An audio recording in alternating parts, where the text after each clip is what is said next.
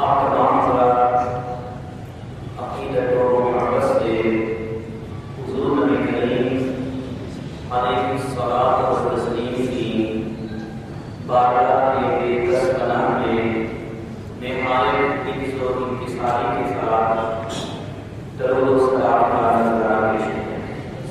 اللہم صلی علی سیدنا و مولانا محمد وعلی آل سیدنا و مولانا محمد وبارک وسلم علیہ۔ حضرات گرامی، آج درس حدیث کا یہ چوتھا پروگرام ہے اور یہ دیکھ کر بہت خوشی ہو رہی ہے کہ آج کی اس محفل میں لوگوں کی تعداد میں فاتح کا اضافہ ہوا ہے۔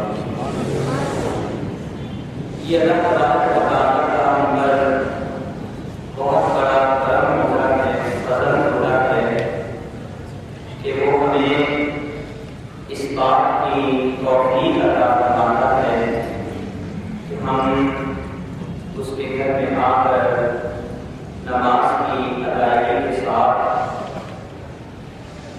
اس کے پاک کلام قرآن مجید کو اور نبی کریم علیہ الصلاۃ والتسلیم کی احادیث مبارکہ کو سمجھیں۔ یہ اللہ کا ہم پر فضل ہوتا ہے جس پر ہم تمام لوگوں کو یہ چاہیے کہ جتنا زیادہ ہو سکے اللہ تعالیٰ کا شکر ادا کریں۔ آپ تمام حضرات سے بس ایک ہی التماس ہے کہ محفل کے دوران درس کو سماعت کرنے کے دوران انتہائی توجہ انضباط کے ساتھ آپ نبی کریم علیہ الصلوۃ والتسلیم کی احادیث مبارکہ کو سنیں اور کوشش یہ کریں کہ درمیان میں اٹھ کر باہر نہ جائیں، بلکہ آپ کی پوری کنسنٹریشن، پوری توجہ درس کی طرف ہونی چاہیے تاکہ درس کے فیوز و برکات ہمیں تمام کو حاصل ہو سکے۔ اللہ رب العزت کی بارگاہ میں دعا ہے کہ اللہ تعالیٰ ہمیں قرآن مجید اور قرآن حمید کے جملہ احکامات پر تمام کو عمل کی توفیق عطا فرمائے اور ہمیں کریم علیہ الصلوۃ والتسلیم کی سنتوں کو اپنی زندگی میں اپنا کر آخرت کے لیے سامان پیدا کرنے کی توفیق عطا فرمائے۔ حضرات گرامی، آج آپ کے سامنے جس حدیث کی ابتدا کی جا رہی ہے یہ کتاب الایمان کی پہلی حدیث ہے اور یہ بھی میں آپ کو بتاتا چلوں کہ آج میں نے آپ کے لیے جس حدیث مبارک کا انتخاب کیا ہے یہ حدیث مسلم شریف کے اندر موجود ہے، چونکہ اس کے بارے میں ہمارے محدثین کرام ارشاد فرماتے ہیں کہ یہ حدیث ام الحدیث ہے، حدیثوں کی اصل ہے کہ اگر کوئی مسلمان صرف اس حدیث کو سمجھ لے اور سمجھ کر اس حدیث کے مطابق اپنی زندگی کو گزارنے لگے تو اس کے لیے یہی کافی ہے۔ جس طرح قرآن مجید و قرآن حمید کی 114 سورتوں میں جو سورۃ الفاتحہ ہے اسے ام الکتاب کہا جاتا ہے اور ایک روایت کے مطابق اسے ام القرآن کہا جاتا ہے کہ اللہ تبارک و تعالیٰ نے پورے قرآن مجید و قرآن حمید میں جن باتوں کو بیان فرمایا ہے ان تمام کی تمام باتوں کو اختصار کے ساتھ کنسائز کر کے مختصر انداز میں اس ایک سورت کے اندر بیان کرنا گویا کہ جب کوئی مسلمان سورۃ الفاتحہ کی تلاوت کرتا ہے اور تلاوت کرنے کے بعد اسے سمجھتا ہے اور سمجھ کر اس کے احکام پر عمل کرتا ہے تو ایسا ہی ہے جیسے اس نے پورے قرآن پر عمل کیا۔ اس اسی لیے اسے ام القرآن یا ام الکتاب کہا جاتا ہے کہ کتاب کی اصل ہے، کتاب کا مغز ہے۔ اسی طرح یہ حدیث جو آپ کے سامنے ابھی انشاءاللہ العزیز بیان کی جائے گی، اسے ام الحدیث کہا جاتا ہے۔ لہذا میں نے مناسب سمجھا کہ باوجود اس کے کہ ہمارا یہ درس بخاری کے نام سے موسوم ہے، اس حدیث کی اہمیت کے پیش نظر میں نے بخاری شریف کو چھوڑ کر مسلم میں سے اس حدیث کا انتخاب آپ کے لیے کیا ہے، اور انشاءاللہ آئندہ پروگراموں میں پھر ہم بخاری کی طرف ہی آ جائیں گے۔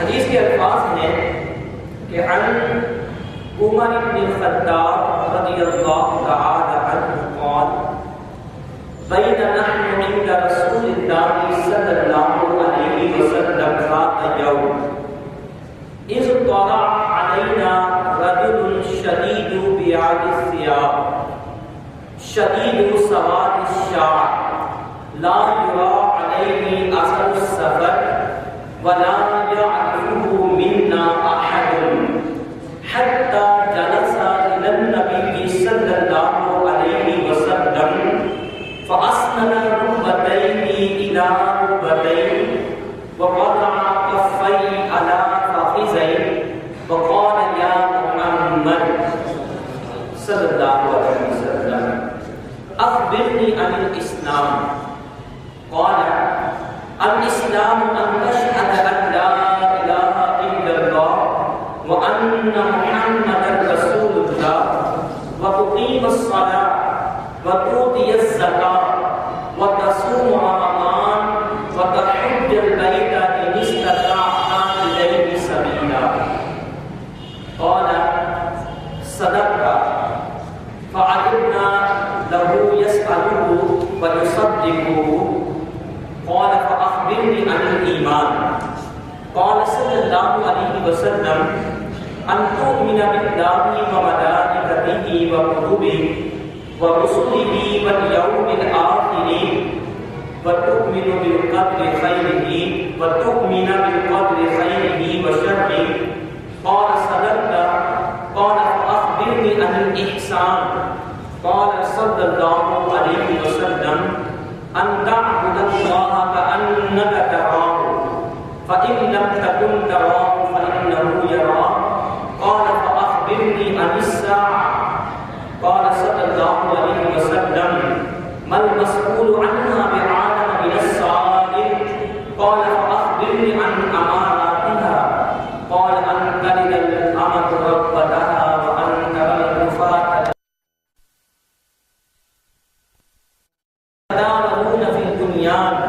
قال ثم انطلق فلبثت مليا قال لي يا عمر أتدري من السائل قلت الله ورسوله أعلم قال صلى الله عليه وسلم فإنه جبريل أتاكم يعلمكم دينكم رواه مسلم۔ حضرات گرامی، آپ کے سامنے پوری حدیث عربی عبارت کے ساتھ پڑھ دی ہے۔ یاد رکھیے گا کہ اگرچہ ہم میں سے بہت سارے لوگ ایسے ہیں کہ جن کو عربی زبان نہیں آتی، لیکن نبی کریم علیہ الصلوۃ والتسلیم کی احادیث کی یہ خاصیت ہے، قرآن حکیم کی یہ خاصیت ہے کہ ان کو اگر کوئی سمجھے بغیر بھی سن لیتا ہے، خاموشی کے ساتھ، توجہ کے ساتھ، اللہ تعالیٰ سننے پر بھی اسے ثواب عطا کرتا ہے اور ایک لذت ملتی ہے۔ لہذا اسی نیت سے میں نے پوری حدیث آپ کے سامنے پہلے عربی عبارت کے ساتھ پڑھ دی۔ اس حدیث کے راوی حضرت عمر بن خطاب رضی اللہ تعالی عنہ ہیں۔ اس سے پہلے جو حدیث مبارک انما الاعمال بالنیات گزری ہے، اس حدیث کے راوی بیان کرنے والے حضرت عمر فاروق رضی اللہ تعالی عنہ ہیں، اور اس کے بھی راوی حضرت عمر بن خطاب ہیں۔ آپ کہتے ہیں کہ بینا نحن عند رسول اللہ صلی اللہ علیہ وسلم ذات یوم، کہ ہم ایک مرتبہ یا ایک دن رسول اللہ کی بارگاہ میں بیٹھے ہوئے. حضرت عمر فاروق رضی اللہ تعالیٰ عنہ بیان کرتے ہیں کہ ایک دن ہم نبی کریم علیہ الصلوۃ والتسلیم کی بارگاہ میں بیٹھے ہوئے تھے. یہ یاد رکھیے گا کہ صحابہ کرام علیہم رضوان کی یہ سنت طیبہ تھی، یہ عادت کریمہ تھی کہ جب کبھی بھی انہیں موقع ملتا، انہیں فرصت ہوتی تو اللہ کے نبی علیہ السلام کی بارگاہ میں آ کر بیٹھ جاتے، کیونکہ حضور علیہ السلام و تسلیم کا دیدار، آپ علیہ السلام و تسلیم کی زیارت، نبی کریم علیہ السلام و تسلیم کی صحبت کاملہ میں بیٹھنا، آپ علیہ السلام و تسلیم کی مجلس میں بیٹھ کر آپ کی واعظ و نصیحت کو سننا، آپ علیہ السلام و تسلیم کی گفتگو کو سماعت کرنا صحابہ کرام علیہ رضوان کے لیے دنیا و ما فیہا سے بہتر ہے. ان کے لیے اس سے بڑھ کر کوئی بات بھی نہیں ہوتی تھی کہ وہ اللہ کے نبی علیہ السلام و تسلیم کی زیارت کریں. لہذا حضرت عمر فاروق رضی اللہ تعالیٰ عنہ کہتے ہیں کہ ہم اپنی عادت کے مطابق ایک دن اللہ کے پیارے رسول صلی اللہ علیہ وسلم کی صحبت کاملہ میں بیٹھے ہوئے تھے کہ کیا ہوا؟ اذ طلع علینا رجل، کہ اچانک ہمارے سامنے ایک شخص نمودار ہوا، ہماری مجلس میں ایک شخص آ گیا. اب وہ شخص کون تھا یہ تو حدیث کے اخیر میں بتایا گیا ہے. اس حدیث کو حدیث جبریل کہا جاتا ہے، اس حدیث کو حدیث جبریل کہا جاتا ہے، اور حدیث جبریل کو محدثین کرام ام الحدیث قرار دیتے ہیں. اسلام کی تمام باتوں کو، دین اور شریعت کے تمام معاملات کو پیارے رسول صلی اللہ تعالی علیہ وسلم نے اس ایک حدیث مبارکہ میں جمع فرمایا. اگر پورے دین کو کوئی سمجھنا چاہتا ہے آسانی کے ساتھ مختصر الفاظ میں تو اس حدیث کو پڑھیں.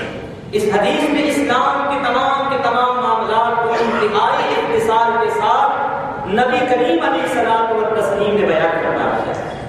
یاد رکھیے گا کہ حضور علیہ الصلوۃ والتسلیم کو جوامع الکلم بھی کہا جاتا ہے.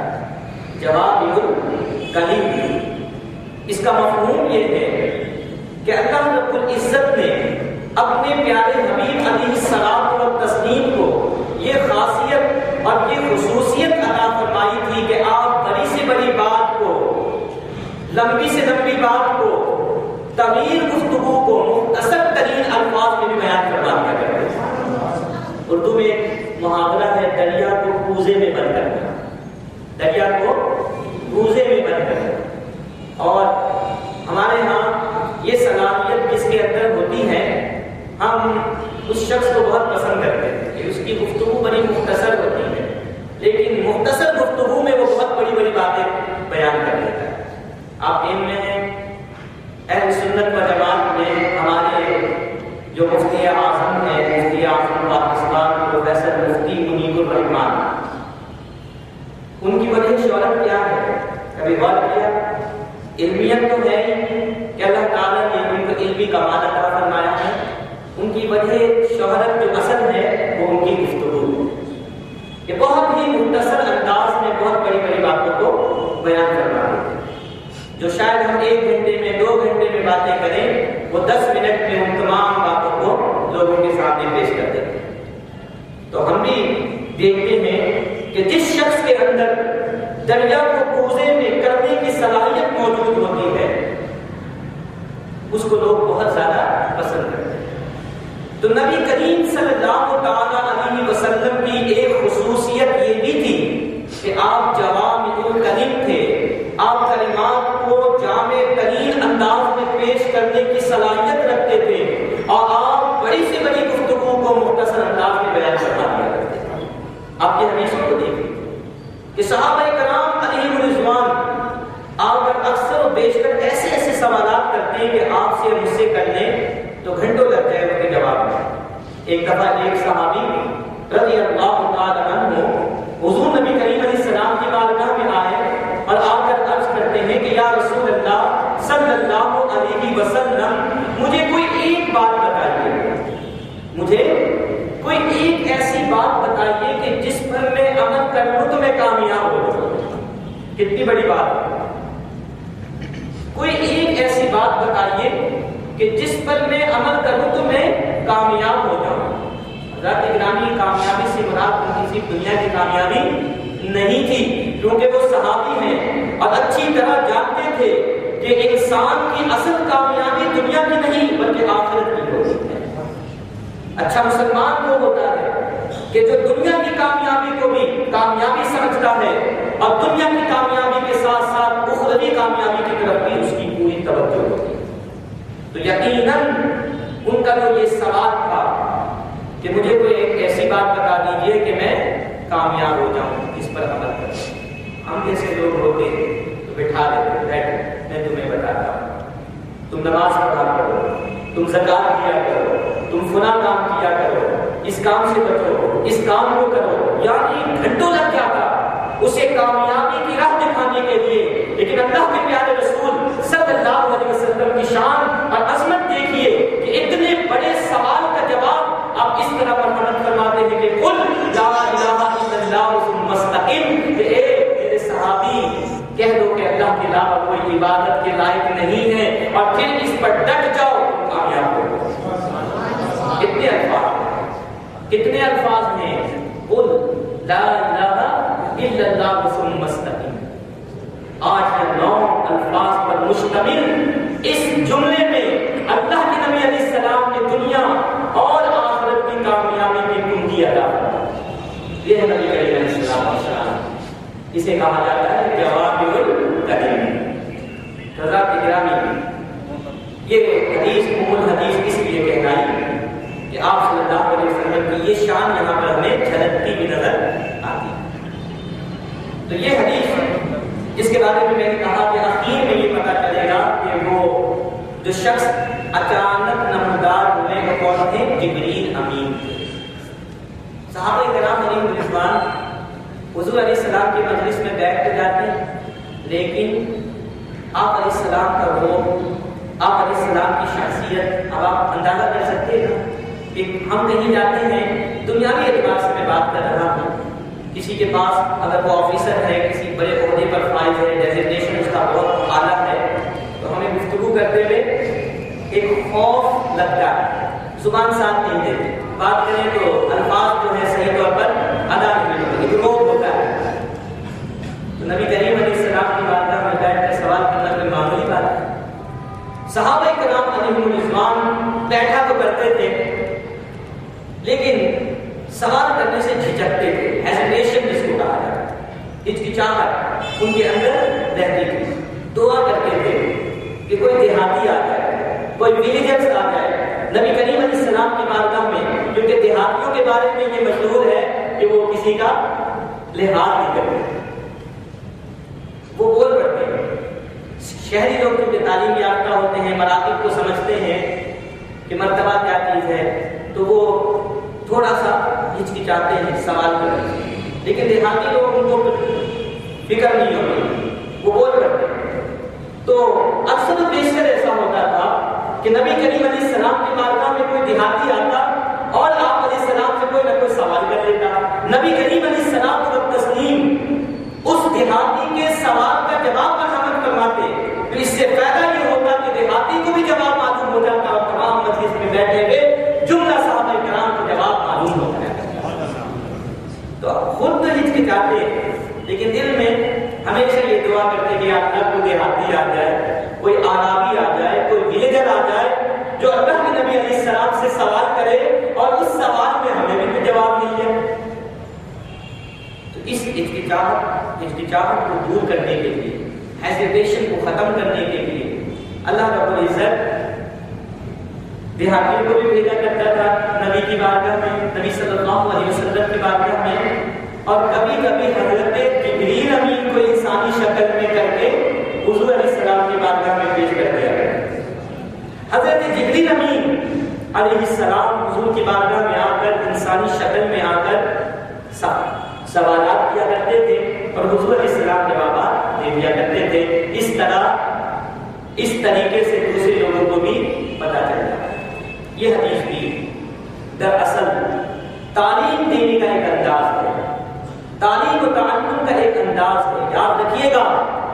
کہ نبی کریم علیہ الصلوۃ والتسلیم بہترین ماہر تعلیم بھی تھے. انہیں پتا تھا کہ اس وقت کس طریقے سے لوگوں کو دیا جائے، علم کو انڈیلا جائے کہ لوگ اس علم کو فوراً کہہ جائیں، فوراً سمجھ جائیں. تو حضرت جبریل امین علیہ السلام آئے. حضرت عمر فاروق رضی اللہ عنہ کہتے ہیں کہ ہم بیٹھے ہوئے تھے، اچانک ایک شخص آ گیا. اب اس شخص کا تعارف کروا رہا ہے، وہ آنے والا شخص اس کا تعارف کروا رہا ہے. ایک ضمن ایک مسئلہ میں بتاتا کروں اس حدیث، کیونکہ میں نے تو ظاہر کر ہی دیا ہے کہ وہ آنے والے شخص کون تھے؟ حضرت جبریل تھے. اور جبریل کے بارے میں ہمارا کیا عقیدہ ہے کہ وہ فرشتہ ہیں، اور فرشتوں کے بارے میں ہم تمام لوگ، تمام امت اس بات پر متفق ہے کہ فرشتے اللہ کی نورانی مخلوق ہوتے ہیں. فرشتے کیا ہیں؟ اللہ تعالیٰ کی نورانی مخلوق ہیں. اور یہاں پہ حضرت جبریل جو کہ نورانی مخلوق ہے، اللہ کے نبی علیہ السلام کی بارگاہ میں جب آئے تو بشری شکل میں آتے ہیں. کس طرح آتے ہیں؟ بشر کی صورت میں، انسان کی صورت میں. روایتوں سے پتہ چلتا ہے کہ نبی کریم علیہ السلام کی بارگاہ میں حضرت جبریل کئی دفعہ، اور ایک صحابی تھے حضرت داحیہ کلبی، یاد کر لینا، حضرت داحیہ کلبی، ان کی شکل میں حضرت جبریل حضور کی بارگاہ میں آیا. اور حضرت جبریل صرف حضور کی بارگاہ میں انسانی شکل میں نہیں آئے، بلکہ قرآن مجید کے مطالعے سے ہمیں پتہ چلتا ہے کہ حضرت جبریل علیہ السلام جو اللہ کے مقرب فرشتے ہیں، فرشتوں کے سردار ہیں، نورانی مخلوق ہیں، اللہ کے حکم سے کئی مرتبہ انسانی شکل میں اس دنیا میں آئے. قرآن مجید میں سورہ مریم 16واں سپارہ ہے اور سورہ مریم موجود ہے. اس مریم، سورہ مریم میں اللہ تعالیٰ نے حضرت عیسیٰ علیہ السلام کی پیدائش کا تذکرہ شرح و بسط کے ساتھ کیا ہے. پورے ایک رکوع میں اللہ تعالیٰ نے حضرت عیسیٰ علیہ السلام کی پیدائش کا تذکرہ کیا. آپ کے علم میں ہے کہ حضرت عیسیٰ علیہ السلام اللہ رب العزت کے وہ نبی ہیں کہ جو بغیر باپ کے اس دنیا میں تشریف لائے، بغیر باپ کے متولد ہوئے. تو جب حضرت عیسیٰ کی والدہ محترمہ حضرت مریم رضی اللہ تعالی عنہا کو اللہ رب العزت نے آگاہ کرنا چاہا کہ ان کے گھر میں ایک بچے کی ولادت ہونے والی ہے، تو حضرت جبریل کے ذریعے سے آپ کو آگاہ کیا گیا. قرآن مجید فرقان حمید ہمیں کہتا ہے کہ وَاذْكُرْ فِي الْكِتَابِ مَرْيَمَ، کہ تم کتاب میں مریم کا تذکرہ کیا کرو، کتاب میں مریم کا تذکرہ پڑھا کرو کہ اِذِ انتبذت مِنْ أَهْلِهَا مَكَانًا شَرْقِيًّا، کہ جب وہ ایک شرقی مکان کی جانب چلی گئی، جدا ہو گئی، فَاتَّخَذَتْ مِن دُونِهِمْ حِجَابًا، اور لوگوں سے انہوں نے پردہ کر دیا، تو فَأَرْسَلْنَا إِلَيْهَا رُوحَنَا، تو ہم نے اس مریم کی طرف اپنے روح یعنی جبریل امین کو بھیجا. فَتَمَثَّلَ لَهَا بَشَرًا سَوِيًّا، اور وہ جبریل امین جو کہ فرشتے تھے جب مریم کے پاس آتے ہیں تو ایک صحیح اور سالم انسانی شکل میں آتے ہیں. تو اسی طرح حضرت ابراہیم کا تذکرہ قرآن میں ملتا ہے کہ حضرت ابراہیم کی بارگاہ میں فرشتے آئے تو انسانی شکل میں آئے. تو یہاں سے یہ بات سمجھ میں آتی ہے کہ جو نورانی مخلوق ہے وہ بشر کی شکل میں آ سکتی ہے. نورانی مخلوق بشر کی شکل میں آ سکتی ہے. اگر نہیں آ سکتی تو حضرت جبریل امین کیسے آئے؟ تو ہمارا بھی اہل سنت و جماعت کی یہی سوچ ہے جو کہ قرآن و سنت سے معقول ہے کہ اللہ کے نبی علیہ السلام نورانی مخلوق جو انسانی شکل میں ہمارے پاس تشریف ہے، بشر بھی ہیں اور نورانی مخلوق. کہ جو لوگ یہ کہتے ہیں کہ نہیں نورانی مخلوق کیسے بشر ہو سکتی ہے، تو آپ حضرت جبریل امین علیہ السلام کی جو حدیث میں اور قرآن میں آنے کی صورت بیان کی گئی ہے ان کو ان کے سامنے پیش کریں. تو حضرت عمر فاروق رضی اللہ تعالیٰ عنہ کہتے ہیں کہ وہ شخص جو نمودار ہوا تو توجہ کے ساتھ سنیے گا، کیونکہ میں بیچ بیچ میں نکات بھی بیان کر رہا ہوں اور ساتھ ساتھ حدیث کا ترجمہ بھی کر رہا ہوں، تو کہیں کہیں آپ اگر توجہ نہیں کریں گے تو شاید بے ربط ہو جائیں گے۔ تو حضرت عمر فاروق کہتے ہیں کہ جو شخص ہمارے پاس آیا شدید بیاض الثیاب، اس کے کپڑے بڑے سفید تھے، بڑے صاف ستھرے تھے، اس کے کپڑے بڑے صاف ستھرے تھے، بالکل سفید کپڑے، شدید سواد الشعر، اور اس کے بعد بڑے کالے تھے۔ یہ کیوں بیان کیا ہے؟ وہ اس لیے بیان کیا کہ آنے والا شخص ایسا تھا کہ جن کو ہم میں سے کوئی بھی نہیں جانتا تھا، ہم میں سے کوئی بھی نہیں جانتا تھا، تو یقیناً وہ اس علاقے کے نہیں ہوں گے، اور اس علاقے کے نہیں ہوں گے تو کہیں سے سفر کر کے آئے ہوں گے۔ اور اس زمانے میں آپ کو پتا ہے کہ عرب ریگستان ہے، اور ریگستان میں انسان تھوڑی دیر کے لیے بھی سفر کرے تو اس کے کپڑے گندے ہو جاتے ہیں، بال اس کے پراگندہ ہو جائیں گے، پتہ چل جائے گا کہ یہ سفر کر کے آیا۔ ابھی بھی آپ چلے جائیں جب روڈ وغیرہ جو سڑکیں بنتی ہیں اور وہاں پہ ریت اور نیچے گرد و غبار ہو تو ہم وہاں پہ تھوڑی دیر چلے تو پاؤں ہمارے بالکل گرد و غبار سے اچ جاتے ہیں، کپڑے گندے ہو جاتے ہیں، بالوں میں گرد جم جاتی ہے، دیکھنے والا سمجھ جاتا ہے کہ یہ لگتا ہے کہ کہیں سے دور سے آیا ہے۔ تو حضرت عمر فاروق رضی اللہ عنہ کہتے ہیں کہ سفر کے آثار بھی لا یرا علیہ اثر السفر، کہ اگر وہ مسافر ہیں تو کپڑے گندے ہونے چاہیے، اگر وہ مسافر ہیں تو اس کے بعد پراگندہ ہونے چاہیے، لیکن ہم دیکھتے ہیں کہ کپڑے بھی صاف، بال بھی بالکل سیاہ، یعنی اس میں گرد بالکل نہیں ہے، تو سفر کے تو آثار نظر ہی نہیں آ رہے۔ وَلَا يَعْرِفُهُ مِنَّا أَحَدٌ، اگر وہ مسافر نہیں ہے تو علاقے کا ہوگا، تو کہہ رہے کہ علاقے کا بھی نہیں ہے، کیونکہ ہم میں سے کوئی بھی اس شخص کو پہچانتا نہیں ہے۔ علاقے کا ہو تو پتہ چل جاتا ہے کہ فلاں محلے سے یا فلاں گلی سے آیا ہے، ادھر رہتا ہے، تو کہتے ہیں کہ نہ ہی وہ مسافر لگ رہا تھا اور نہ ہی علاقے کا لگ رہا، وہ شخص جو آنے والا۔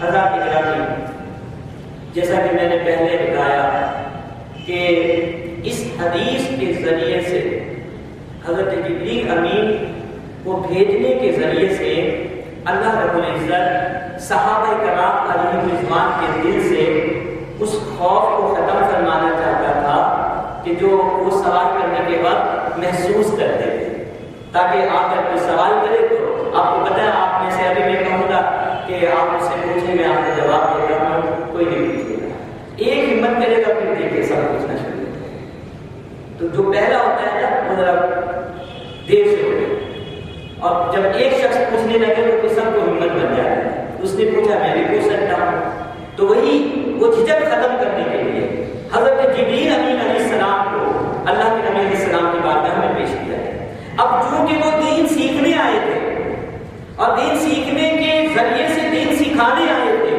تو حضرات گرامی یہ جو سفید کپڑے ہیں، صاف ستھرے کپڑے ہیں، جس کے ذریعے سے ہمیں یہ پیغام دیا گیا کہ جب تم دین سیکھنے کے لیے جاؤ، شریعت سیکھنے کے لیے جاؤ، تو تم پر لازم ہے کہ ظاہری طور پر بالکل صاف ستھرے ہو کر جاؤ۔ ہم تو جو ہوتا ہے کپڑے گندے ہیں، بال نکلے ہوئے ہیں، اور ادھر دیکھ کے ادھر شادی بیاہ میں جائیں تو بڑا اہتمام، اتنا اہتمام کہ پتہ ہی نہیں چلتا، 12 بجے 10 بجے جانے کی بجائے 11 بجے پہنچ رہے، 12 بجے پہنچ رہے، 2 گھنٹے لیٹ، لیکن اللہ کے دین کو سیکھنے کے لیے جا رہے ہیں، جو جیسے ہیں ویسے پہنچ۔ حضرت جبریل کا صاف ستھرے کپڑے میں آنا، لباس میں آنا، صاف ستھرے جسم کے ساتھ آنا، یہ ہمیں ایک تعلیم دے رہا ہے کہ ہم دین سیکھنے کے لیے جائیں تو ظاہری اعتبار سے بالکل اہتمام کے ساتھ جائیں، ظاہری اعتبار سے انتظام کے ساتھ جائے، اور جب کوئی شخص ظاہری طور پر اپنے آپ کو صاف ستھرا رکھتا ہے تو یقین کرے اس کے اثرات اس کے باطن پر بھی پڑتے ہیں، اس کے باطن پر بھی پڑے۔ باطن کو صاف رکھنے کے لیے ضروری ہے کہ آپ اپنے ظاہر کو بھی صاف رکھیں۔ آگے کہتے ہیں کہ وہ آیا، ہم تو حیران کہ نہ علاقے کا لگ رہا ہے نہ مسافر لگ رہا ہے، تو کہاں سے آیا؟ لیکن یہ نبی کریم علیہ السلام کی مجلس کے آداب ہے۔ صحابہ کرام علیہم رضوان خاموش ہو جاتے ہیں۔ ایسا نہیں کہ بزرگوں کی صحبت میں جب ہم بیٹھیں تو بالکل زبان کو ہم کھول دیں، کوئی خیال نہیں، کوئی شرم نہیں، جو منہ میں آیا نہیں۔ یاد رکھیے کہ بڑوں کی مجلس میں بیٹھنے کے بھی کچھ آداب ہوتے ہیں، اور جب آپ بڑوں کی مجلس میں بیٹھیں گے آداب کے ساتھ تو ان کی مجلس کے فیوز و برکات آپ کو حاصل ہوتے ہیں۔ لیکن بے ادبی کے ساتھ بیٹھیں گے تو اس صورت میں آپ کو کچھ بھی نہیں ملے گا۔ لہٰذا دل میں سوچتے رہتے کہ عجیب آدمی ہے، پتہ نہیں کہاں سے آیا، لیکن خاموش رہتے۔ اصحاب کرام علیہ رضوان کی عادت ہے، خاموش رہتے ہیں، یہاں تک کہ یا تو رسول اللہ صلی اللہ علیہ وسلم خود بتا دیتے یا اتنی دیر ہو جاتی کہ کوئی کھڑے ہو کر پوچھ ہی گیا، لیکن ابتداء جلدی نہیں کرتے۔ حتیٰ جلسا الی النبی صلی اللہ علیہ وسلم، یہاں تک کہ وہ شخص آیا اور آ کر نبی کریم علیہ السلام کی بارگاہ میں بیٹھ گیا۔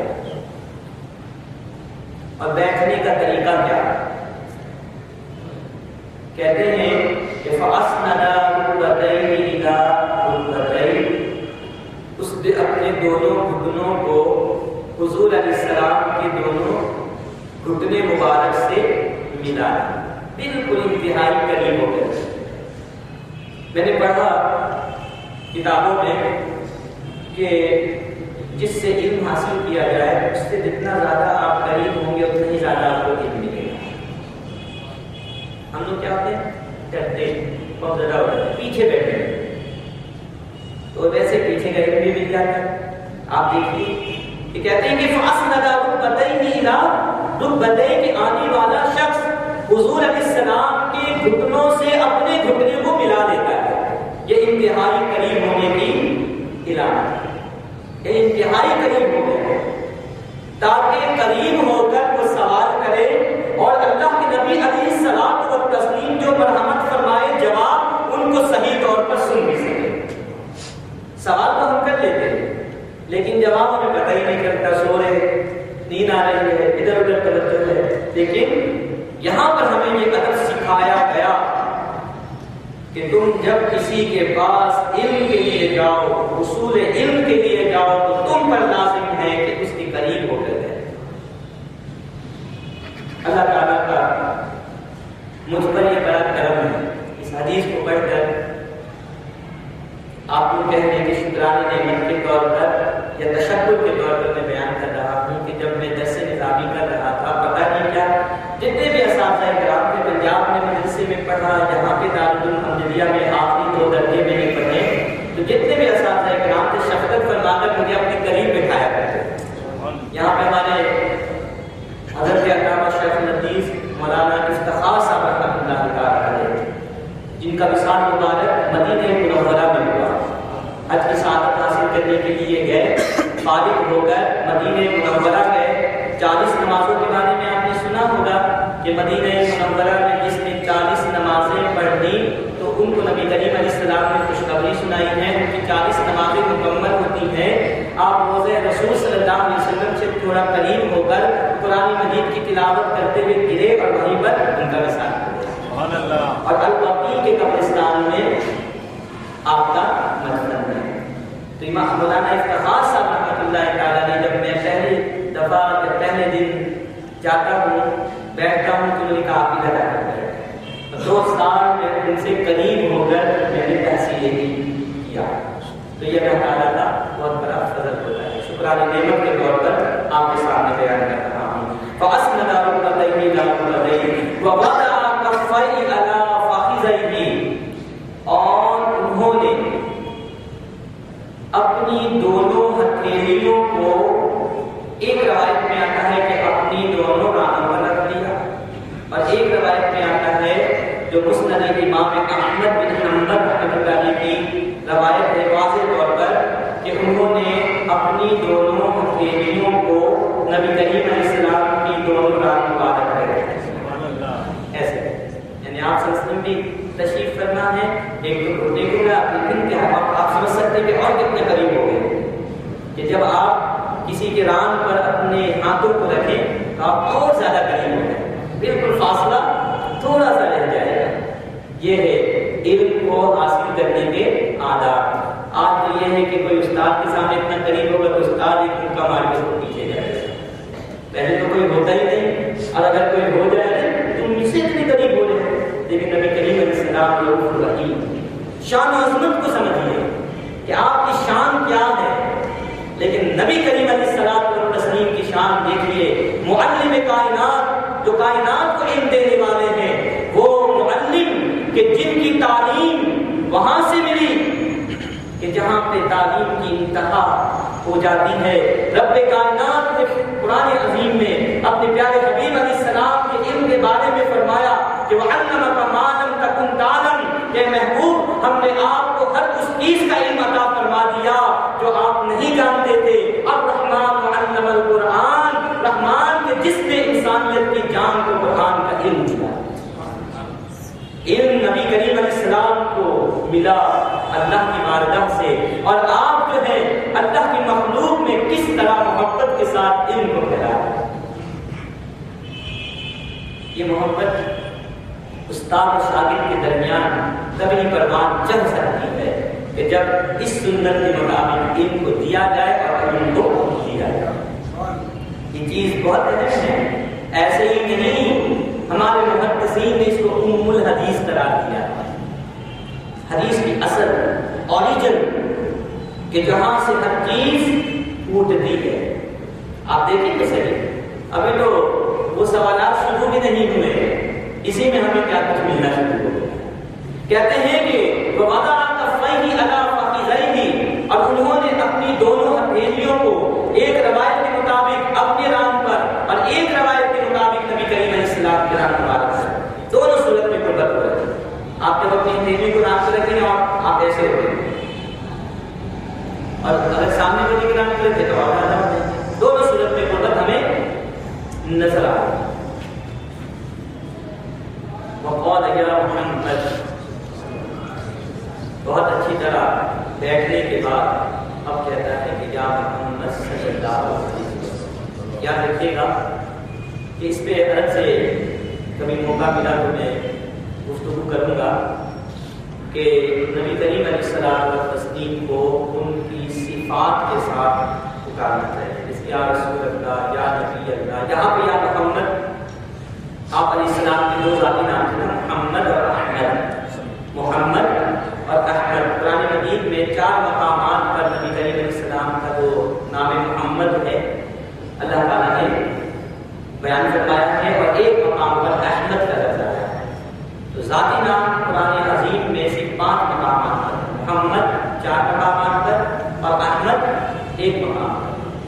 باقی تمام جگہوں میں اللہ تعالیٰ نے اپنے پیارے حبیب علیہ السلام کو ان کے صفاتی نام کے ساتھ جو ہے مخاطب فرمائے. یا ایھا المزمل، یا ایھا المدثر والضحیٰ، یا ایھا الرسل.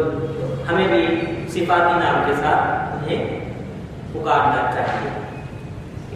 کہتے ہیں وقال یا محمد، آنے والے شخص نے کہا کہ اے محمد صلی اللہ علیہ وسلم اخبرنی عن الاسلام. یہ پہلا سوال ہے کہ مجھے اسلام کے بارے میں بتائیے کہ اسلام کیا ہے. اسلام کا تعارف کروائیے، اسلام کی ڈیفینیشن بتائیے کہ اسلام کہتے کسے.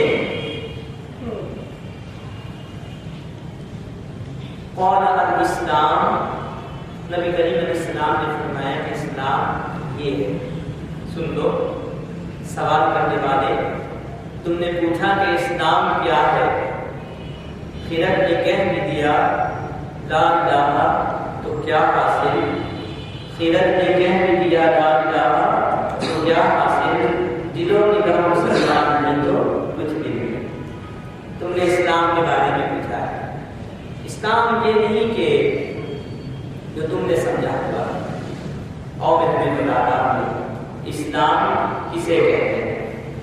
آپ اس مجلس کا تصور باندھیے کہ جس مجلس میں حضرت جبریل آئے ہوں اور صحابہ کرام علیہ رضوان بیٹھے ہوں اور اللہ کے نبی علیہ السلام کو تسلیم سوالوں کے جواب دے رہے ہیں، کیا اشکال ہوگی اس مجلس؟ کہتے ہیں کہ الاسلام ان تشہد ان لا الہ الا اللہ، کہ اسلام یہ ہے کہ تم اس بات کی گواہی دے دو کہ اللہ کے علاوہ کوئی عبادت کے لائق نہیں ہے۔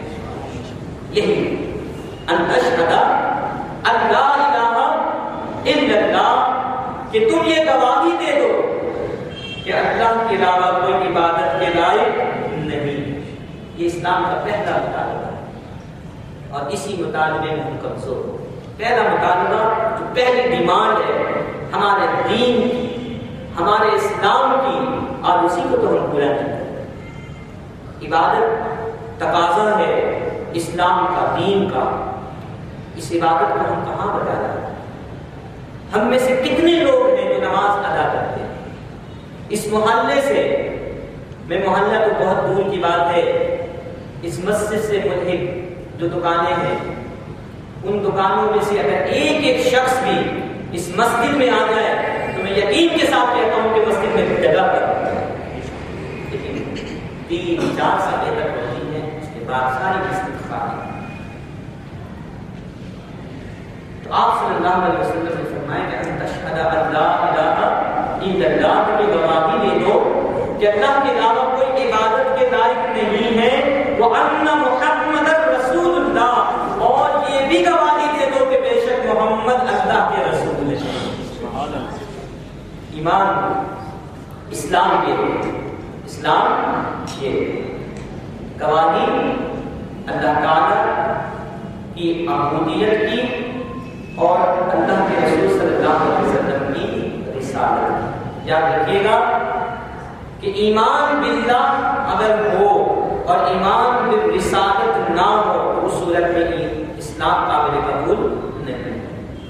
یہ دونوں مل کر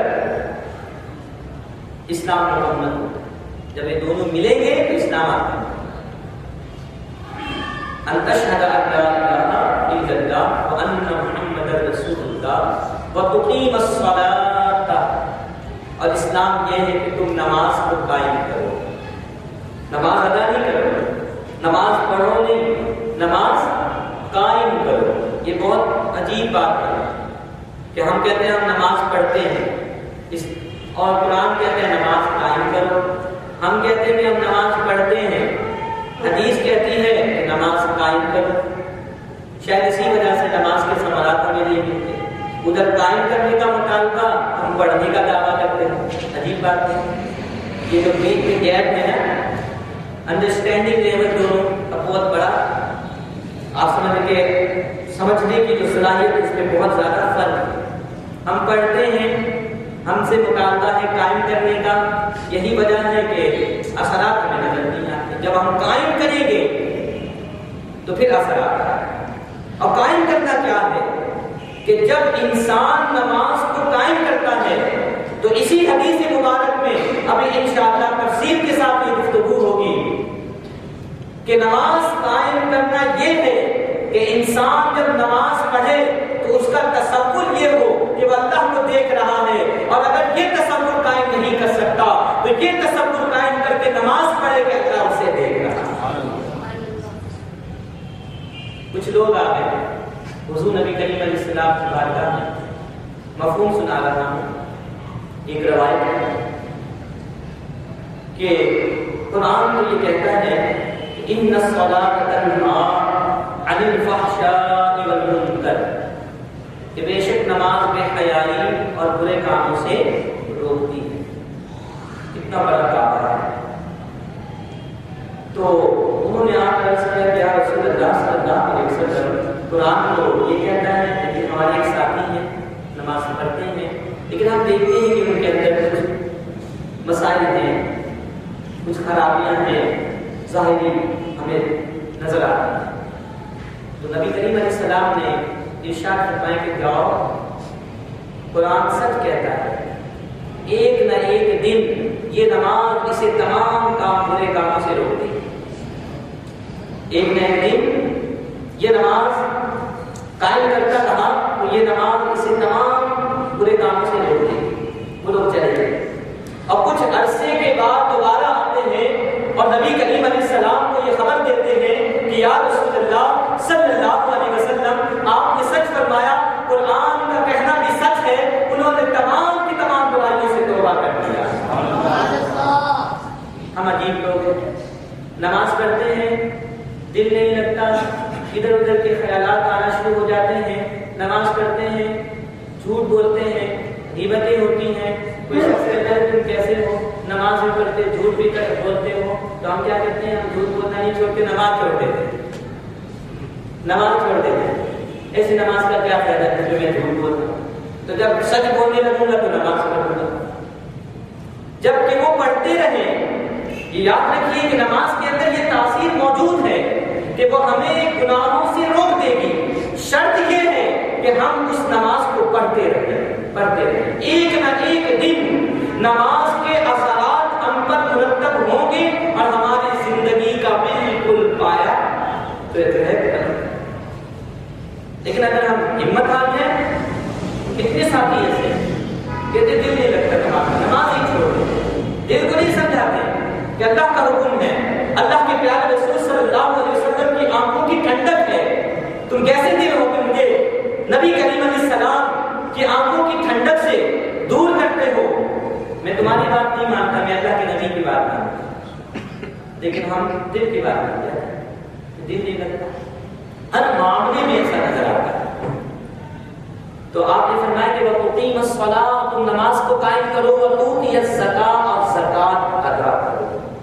زکات کی ادائیگی یہ بھی اسلام ہے اور اسلام کا یہ ایک مطالبہ ہے۔ اور یاد رکھیے گا کہ جہاں بھی قرآن عظیم میں نماز کو قائم کرنے کا حکم دیا گیا، اکثر و بیشتر جگہوں میں آپ یہ دیکھیے گا کہ زکات کی ادائیگی کا حکم دیا گیا۔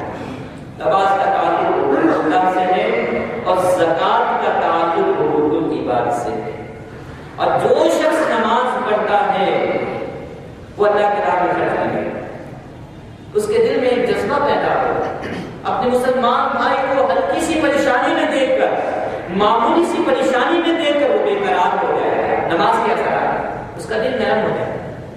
یاد رکھیے کہ دل کی نرمی یہ اللہ کی نعمتوں میں سے بہت بڑی نعمت ہے، اور دل کی سختی یہ انسان کو بربادی کی طرف لے جاتا ہے۔ عالم سخت ہو گئے، محلے میں کسی ایک کا انتقال ہو جاتا تھا، میں چھوٹا تھا مجھے یاد ہو، ایسا محسوس ہوتا تھا کہ ہر گھر میں میت، ہر گھر میں قرآن مچ جاتا تھا، ہر گھر کے لوگ پریشان ہوتے تھے۔ آج ہم ٹی وی پہ بیٹھ کر لاشیں گرتی ہوئی دیکھتے ہیں، 40 50 لاشیں لوگوں کی اٹھ رہی ہوتی ہیں۔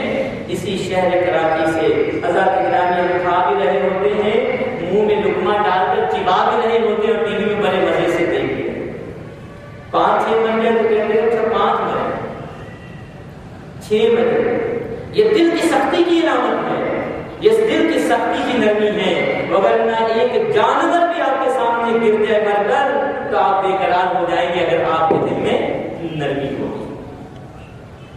تو نماز دل کو نرم کرتی ہے، دل میں نرمی کو پیدا کرتی ہے۔ آپ نماز پڑھنے والوں کو دیکھ لیجیے، دل تو نماز میں آپ موازنہ کر لیجیے، تقابل کمپیریزن کر لیجیے، تو نماز پڑھ رہا ہوگا باقاعدگی سے، آپ اسے عام لوگوں کی بنسبت زیادہ رحم مل پائے گا۔ کیوں؟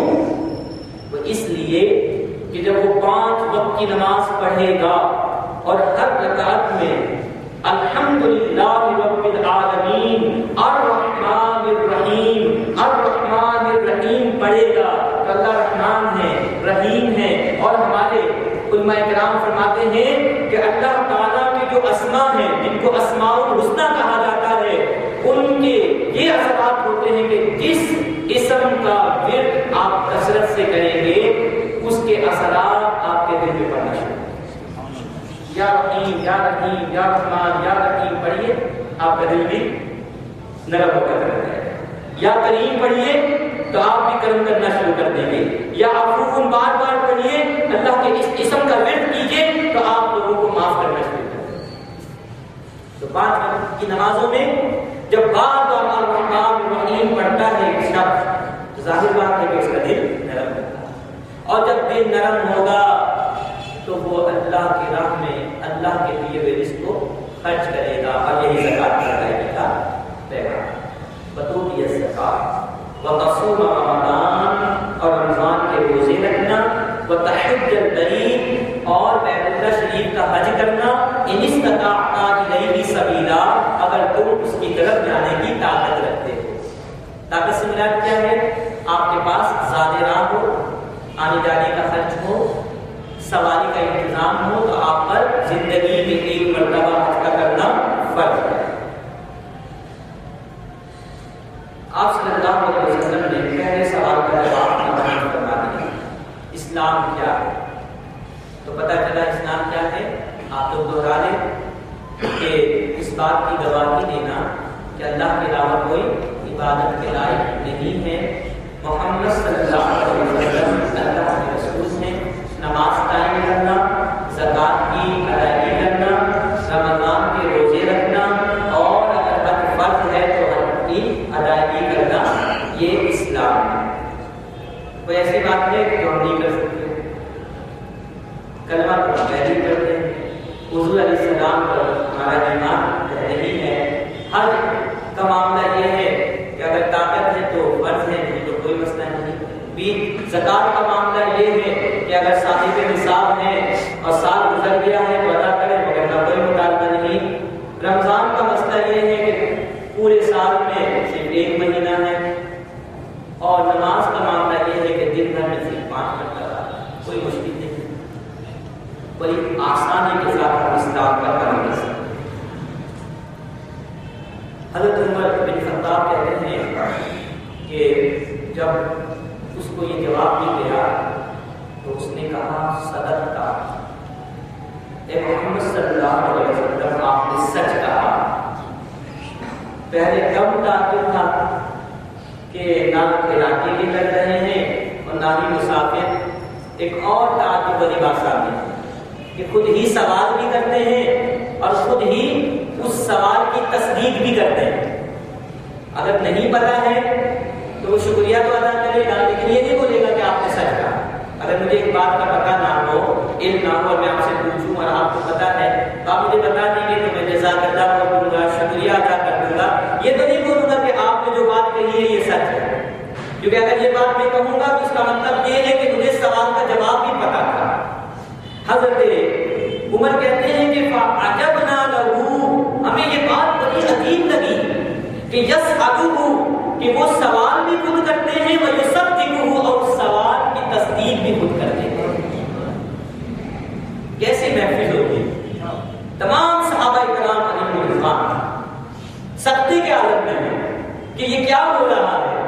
نبی کریم علیہ السلام کی بارگاہ میں یہ کون شخص آیا ہے کہ خود ہی سوال کرتے ہیں اور خود ہی اس سوال کے جواب کی تصدیق کرتے ہیں، گویا کہ ایسا لگتا ہے کہ سوال کا جواب بھی انہیں آتا ہے، یہ صرف اور صرف کسی وجہ سے جو ہے سوال کر رہے ہیں، اور وجہ کیا ہے؟ وہ صحابہ کرام کو تعلیم دینا۔ تو یہ بھی یاد رکھیے گا کہ یہ حضرت جبریل کی سنت ہے۔ بعض اوقات کیا ہوتا ہے، آپ بچوں کے ساتھ بیٹھے 15-20 بچے کسی محفل میں بیٹھے ہیں، آپ بھی بیٹھے ہیں، آپ بزرگ ہیں، بڑے ہیں، آپ کو بہت سارے معاملات کا پتہ ہے۔ اب بچے آپ کو پتہ ہے کہ ایک دو سوال کرنے کا انہیں طریقہ نہیں آتا، کچھ ہچکچاتے ہیں، تو آپ کیا کریں گے؟ اگر کسی کی مجلس میں بیٹھے ہیں، کسی عالم کی مفتی کی مجلس میں بیٹھے ہیں، تو بچوں کو سکھانے کے لیے آپ مفتی صاحب سے جناب مفتی صاحب ایک سوال ہے، اس کا جواب دیں گے، آپ کو جواب آتا ہے، لیکن آپ چاہیں کہ مفتی صاحب یا عالم صاحب کی زبان سے اس کا جواب دے دیں تاکہ یہ بچے بیٹھے ہیں یہ بھی سیکھ جائیں۔ یہ نبی کریم علیہ السلام کی سنت مبارکہ ہے، حضرت جبریل کی سنت مبارکہ ہے، اور صحابہ کرام کی سنت ہے، یہ بھی ہمیں اپنانا ہے۔ دوسروں کو سکھانے کے لیے آپ سوال کریں۔ جب پھر آپ یہ کہتے ہیں کہ فاخبرنی عن الایمان، کہ مجھے ایمان کے بارے میں بتائیں، اسلام کے بعد ایمان کے بارے میں سوال کیا جا رہا ہے۔ حضرات گرامی، ہاں میں تجسس بڑھا رہا ہوں، جو آپ گرنے کا ایمان ہے نا، یہیں سے تجسس بڑھا رہا ہوں انشاءاللہ۔ تو کہتے ہیں کہ آپ مجھے ایمان کے بارے میں بتائیے کہ ایمان کیا ہے۔